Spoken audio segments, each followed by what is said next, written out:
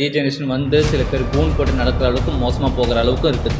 இதை வந்து ஸ்டார்டிங்லேயே சரி பண்ணிட்டீங்கன்னா அந்த அளவுக்கு போகாமல் இருக்கலாம். இப்போ என்ன ஆகுனா முதுகு தண்டுக்குள்ளே இருக்கிற வந்து எனர்ஜி வந்து உங்களுக்கு லாஸ் ஆக ஆரம்பிக்கும். போனோட தேய்மானம் வந்து இன்க்ரீஸ் ஆகும். எப்படி சரி பண்ணலாம், என்ன மாதிரி பண்ணால் உங்களுக்கு சரியாகும், என்ன மாதிரியான விஷயம் வந்து அதில் இருக்குது, சரிங்களா? ஸோ உங்களுக்கு ஸ்பாண்டிலோசிஸ்ன்னு ப்ராப்ளம் டயக்னோஸ் பண்ணிட்டாங்க. ஸோ அதுக்கப்புறம் வந்து நீங்கள் பயப்படாமல் என்னென்ன விஷயம் நீங்கள் ஃபாலோ பண்ணணும், அந்த பெயினை வந்து எப்படி மேனேஜ் பண்ணணும், என்ன பொசிஷனில் நீங்கள் படுக்கணும், என்னென்ன எக்ஸசைஸ் நீங்கள் ஃபாலோ பண்ணணும். ஸ்பாண்டிலோசிஸ் இல்லை ஸ்பாண்டிலோசிஸ் இல்லை பேக் பெயின் இல்லை சைட்டிக் அதெல்லாம் இருக்குது பார்த்தீங்களா? உங்களுக்கு தேவையான பெயின் லெவலை கம்மி பண்ணுற ஃபுட் ஐட்டம். இவங்களுக்கு இருக்க பெயின் வந்து என்ன பர்டிகுலர் பாயிண்ட்டில் மட்டும் உங்களுக்கு L4, L5, S1 அந்த ரீஜனில் வந்து கண்டிப்பாக இருக்கும். அண்ட் L1, L2யும் வந்து ரொம்ப ரேராக வந்து இந்த ப்ராப்ளம் வரும். And bowel and bladder movements வந்து கண்டிப்பாக அஃபெக்ட் ஆகும். ஹாய் ஹாய்ஸ், எல்லாருக்கும் வணக்கம். நான் கார்த்திகேயன். நம்ம சேனல் இன்றைக்கி பார்க்க போகிற டாபிக் என்ன அப்படின்னா ஸ்பாண்டிலோசிஸ்ன்னு சொல்லக்கூடிய முதுகு தண்டில் வரக்கூடிய ஒரு சின்ன பிரச்சனை தான். இந்த பிரச்சனை சின்னதாக இருக்கும்போதா இல்லை பெருசாக இருக்குதா வந்து நீங்கள் வந்து ஃபாலோ பண்ணுற விஷயத்தை பொறுத்து இருக்குது. சில பேர் வந்து க்ரானிக்காக ஆகிட்டு சில டீஜெனரேஷன் வந்து சில பேர் கூன் போட்டு நடக்கிற அளவுக்கு மோசமாக போகிற அளவுக்கு இருக்குது. இதை வந்து ஸ்டார்டிங்லேயே சரி பண்ணிட்டீங்கன்னா அந்த அளவுக்கு போகாமல் இருக்கலாம். சில பேருக்கு வந்து வயசானவங்களுக்கு அதிகமாக இது வருது. ஏன் அப்படின்னா அபவ் 50 இயர்ஸ் வந்து கண்டிப்பாக இது வரும். ஏன் அப்படின்னா ஓவர் ஸ்ட்ரெயின் பண்ணி நீங்கள் உடம்பை பார்த்துக்காம வேலை செய்கிறீங்க பார்த்தீங்களா? அப்போ என்ன ஆகுனா முதுகு தண்டுக்குள்ளே இருக்கிற வந்து எனர்ஜி வந்து உங்களுக்கு லாஸ் ஆக ஆரம்பிக்கும். போனோட தேய்மானம் வந்து இன்க்ரீஸ் ஆக ஆரம்பிக்கும். இதில் என்னென்னா பர்டிகுலராக ஸ்பாண்டிலோசிஸ், ஸ்பாண்டிலோலிசிஸ் அப்படின்னு ஒரு சில விஷயம் இருக்குது, சரிங்களா? ஸோ ஸ்பாண்டிலோசிஸ்னால் என்ன இந்த வீடியோ சொல்கிறேன். ஸ்பாண்டிலோலிசிஸ்னால் நெக்ஸ்ட் வீடியோவில் சொல்கிறேன். ஸ்பாண்டிலோசிஸ்னால் உங்கள் போன் வந்து டீஜெனரேட்டாக ஆக ஆரம்பிச்சிருச்சு. உங்கள் போனோட தேய்மானம் வந்து நடக்க ஆரம்பிச்சிருச்சு. அதை எப்படி சரி பண்ணலாம், என்ன மாதிரி பண்ணால் உங்களுக்கு சரியாகும், என்ன மாதிரியான விஷயம் வந்து அதில் இருக்குது, சரிங்களா? ஸோ உங்களுக்கு ஸ்பாண்டிலோசிஸ்ன்னு ப்ராப்ளம் டயக்னோஸ் பண்ணிட்டாங்க. ஸோ அதுக்கப்புறம் வந்து நீங்கள் பயப்படாமல் என்னென்ன விஷயம் நீங்கள் ஃபாலோ பண்ணணும், அந்த பெயினை வந்து எப்படி மேனேஜ் பண்ணணும், என்னென்ன பொசிஷனில் நீங்கள் படுக்கணும், என்னென்ன எக்ஸசைஸ் நீங்கள் ஃபாலோ பண்ணணும். சில பேர் கேட்டிருந்தாங்க பேக் பெயினுக்கு ஃபுட் ஐட்டம் கேட்டிருந்தாங்க.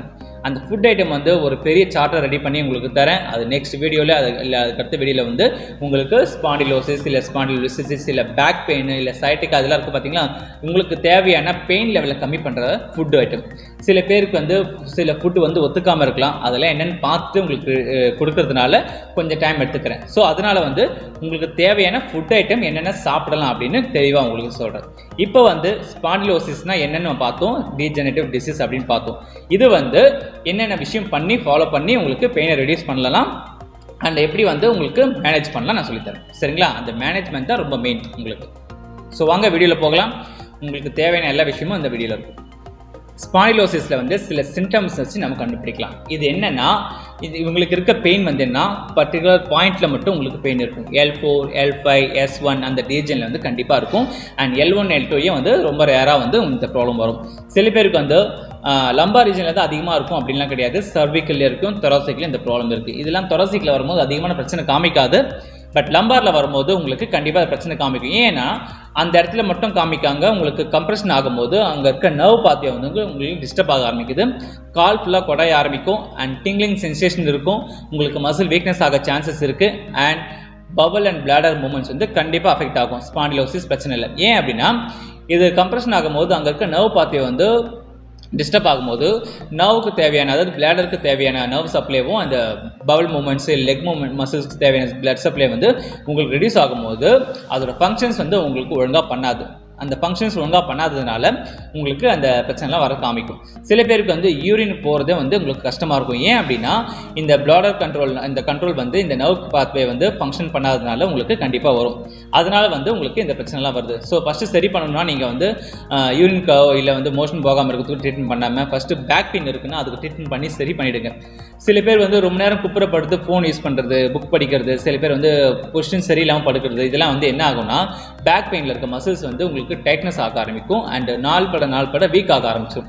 ஸோ ப்ராப்பராக எக்ஸசைஸ் பண்ணாமல் இருக்கிறது உங்களுக்கு மசில் வீக்னஸ் கண்டிப்பாக கொண்டு வர ஆரம்பிச்சிடும். இதெல்லாம் என்ன பண்ணணும் அப்படின்னா ஃபஸ்ட்டு வந்து பெயினை சரி பண்ணுறதுக்கு என்ன வழின்னு பாருங்கள். அது சரி பண்ணிட்ட பிறகு ஸ்ட்ரென்த்னிங் எக்ஸசைஸ், அதாவது ஜென்ரல் எக்ஸசைஸ், பாடி ப்ராப்பராக எக்ஸசைஸ் பண்ணுங்கள். ஸோ ஃபாலோ பண்ணலாம், சரிங்களா? இப்போ இது வந்து என்னென்ன எக்ஸசைஸ் பண்ணலான்னு பார்க்கலாம். ஸோ ஸ்பாண்டிலோசிஸ்க்கு என்னென்ன எக்ஸசைஸ் பண்ணி ரிலீஸ் பண்ணலாம் அண்ட் எப்படி படுக்கலான்னு பார்க்கலாம் வாங்க. ஸோ ஸ்பாண்டிலோசிஸ்க்கு என்ன மாதிரி பொசிஷன் படுக்கணும் அண்ட் எப்படி எக்ஸசைஸ் பண்ணுறதுன்னு பார்க்கலாம் வாங்க. ரிலாக்ஸாக படுத்துக்கோங்க.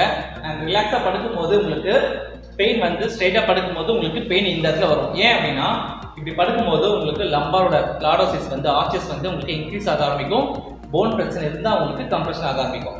ஸோ அதுக்கான எக்ஸசைஸ் என்னென்ன பண்ணலாம் ஃபஸ்ட்டு பார்த்தோம்னா, காலை வந்து பெண்ட் பண்ணி இப்படி பிடிச்சி அழுத்திக்கணும். 1 2 3 4 and 5 செகண்ட்ஸ் ஹோல்ட் பண்ணுங்க ஸ்டார்டிங்ல. அப்புறம் 10 செகண்ட்ஸ் டு 15 செகண்ட்ஸ் நீங்க ஹோல்ட் பண்ணலாம். 1 2 3 4 5. ஸோ இது போல் வந்து 10 டைம்ஸ் நீங்க பண்ணணும். செகண்ட் வந்து கால் நல்லா வைடா வச்சுட்டு உள்ள பிரஸ் பண்ணணும். இது பண்ணும்போது என்னன்னா இங்க இருக்க வந்து ரெக்டாஸ் மசில்ஸ் வந்து உங்களுக்கு ஸ்ட்ரெச் ஆக ஆரம்பிக்கும். அண்ட் இங்க இருக்க வந்து மசில்ஸ் வந்து உங்களுக்கு ஸ்ட்ரெச் ஆகும்போது ஸ்ட்ரெயின் வந்து பேக்ல விடாது உங்களுக்கு. சரிங்களா? 1 2 3 4 5. 1 2 3 4 5. 1 2 3 4 5. இந்த ரெண்டு எக்ஸசைஸ் வந்து ஃபர்ஸ்ட் நீங்க பண்ணிடுறீங்க. மூணாவது என்ன பண்றோம்னா, காலை வந்து இவ்வளவு வச்சுட்டு 1 2 3 4 5 6 7 8 9 10. இது தேர்ட் எக்ஸசைஸ். ஃபோர்த் என்ன பண்ண போறோம்னா, கால் மேல கால் போட்டு இப்படி பண்ண போறது இல்ல. ஏன்னா இது வந்து க்ளூட்டியல் ஸ்ட்ரெச். இந்த பக்கம் நம்மளுக்கு ஸ்ட்ரெச் ஆகிறதுக்காக பண்றது. இப்போ இந்த பேக்ல வந்து பர்டிகுலரா பெயின் இருக்கு அப்படின்னா கால் மேல கால் போட்டுட்டு இந்த காலை பிரஸ் பண்ணி உள்ள அழுத்தணும். 1 2 3 4 5. ஓகேவா? இப்படியும் அழுத்தலாம் அண்ட் இப்படியும் வச்சு அழுத்தலாம். 1 2 3 4 5. இது பண்ணும்போது என்ன ஆகும்னா உங்களுக்கு இங்க இருக்க மசில்ஸ் வந்து உங்களுக்கு ஸ்ட்ரெச் ஆக ஆரம்பிக்கும். ஓகேவா? பாருங்க 1 2 3 4 5. புரியுதுங்களா? நான் இப்படி வச்சு ப்ரெஸ் பண்ணும்போது உங்களுக்கு இந்த பார்ட்ல இருக்க மசில்ஸ் வந்து உங்களுக்கு ஸ்ட்ரெச் ஆக ஆரம்பிக்கும். 1 2 3 4 5. சில பேருக்கு வந்து ரொம்ப நேரம் சிஸ்டம் பேஸ்ல உட்காந்து வேலை பார்க்குறவங்களுக்கு வந்து மசில்ஸ் வந்து உங்களுக்கு பேக்ல வந்து ஸ்டிஃப்னஸ் காமிக்கும். ஏன் பேக்ல உங்களுக்கு பர்டிகுலராக காமிக்குதுன்னா உங்க ஹாம்ஸ்ட்ரிங் மசில்ஸ் வந்து டைட்னஸா இருக்கிறதுனால உங்களுக்கு இந்த மசில்ஸ் இருக்கு பாத்தீங்களா, பேக் ஆஃப் தை வந்து மசில்ஸ் உங்களுக்கு ஸ்டிஃபா இருக்கிறதுனால கூட உங்களுக்கு பேக்ல வந்து பெயின் வரலாம். அதுக்காக இந்த எக்ஸசைஸ் நம்ம ஃபாலோ பண்றோம். ஸோ இதை நீங்க பண்றீங்க. நெக்ஸ்ட் என்ன பண்ண போறோம் அப்படின்னா பிரிட்ஜிங் பண்ண போறோம். ஸோ ஸ்டார்டிங் பெயின் அக்ரிவேட் ஆகும்போது இந்த எக்ஸசைஸ் பண்ணக்கூடாது. நல்லா பெயின் ரெடியூஸ் ஆகிட்ட பிறகு ஸ்ட்ரென்தனிங்காக இது பண்ணலாம். ஸோ இப்போ நான் சொல்லித்தரேன், பட் இப்போ பண்ணக்கூடாது. பெயின் ரெடியூஸ் ஆகிட்ட பிறகு நீங்க பண்ணலாம். எப்படின்னா 1 2 3 4 5. ஓகே பாருங்க 1 2 3 4 5. 1 2 3 4 5. ஓகேங்களா? ஸோ இதெல்லாம் பண்றோமா? நெக்ஸ்ட் என்ன ஆச்சுன்னா இந்த பபல் பிளாடர் மூவ்மெண்ட்ஸ் கண்ட்ரோலா இல்லை அப்படின்னு சொல்றோம் பாத்தீங்களா, அதுக்காக என்ன பண்றோம்னா காலை வைடா வச்சுட்டு இந்த இடத்துல பில்ல வச்சுட்டு நீங்க பிரஸ் பண்ணணும். பில்லோவோ இல்ல டவலை ரோல் பண்ணி இந்த இடத்துல வைக்கலாம், இல்ல பால் வைக்கலாம். சரிங்களா? ஸோ இது போல வந்து முட்டிக்கு சென்டர்ல வச்சுட்டு 1 2 3 4 5 ரிலாக்ஸ். நல்லா அழுத்தம் கொடுத்து நீங்க வச்சுக்கணும்.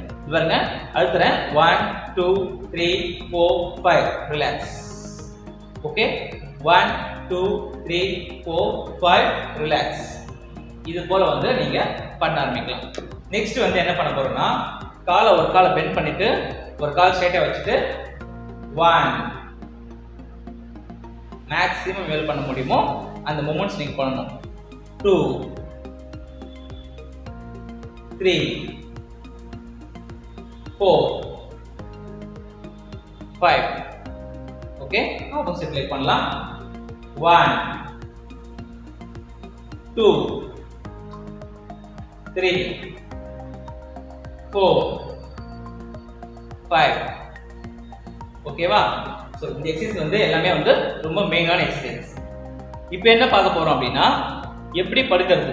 எனக்கு பேக் பெயின் இருக்கும்போது என்ன மாதிரி பொசிஷன் படுத்தா எனக்கு ரிலீஃப் ஆகும் அப்படின்னு பார்க்கலாம். ஃபர்ஸ்ட் வந்து பேக் பெயின் இருக்கு அப்படின்னா நீங்க வந்து லைன்ல படுக்கும்போது ஒரு பெல்ஸ் படுக்கிறது ரொம்ப நல்லது. ஒரு காலை வந்து நீட்டிட்டு ஒரு பக்கம் வந்து முன்னாடி அதாவது ஸ்டொமக் ரீஜன்ல வந்து இருக்கு பாத்தீங்களா, இந்த பார்ட்டை வந்து உங்களுக்கு பில்ல வச்சுட்டு ஆப்போசிட் லெக் வந்து இது போல பெண்ட் பண்ணி நீங்க படுக்கணும். இது போல படுத்தோம் அப்படின்னா உங்களுக்கு பேக்ல வந்து ப்ரெஷர் விடாது. சரிங்களா?